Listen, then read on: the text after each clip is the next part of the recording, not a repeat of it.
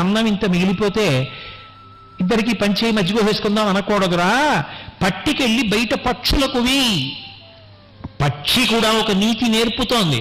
పక్షి చెట్టుతో దాని బ్రతుకు, చెట్టు మీద గూడు కట్టి గుడ్డు పెడుతుంది, చెట్టు మీద పొదుగుతుంది, చెట్టు మీద పెరుగుతుంది, చెట్టు నుంచి ఎగురుతుంది, మళ్ళీ చెట్టు మీద బతుకుతుంది, చిట్ట చివర చచ్చిపోతుంది ఎక్కడో.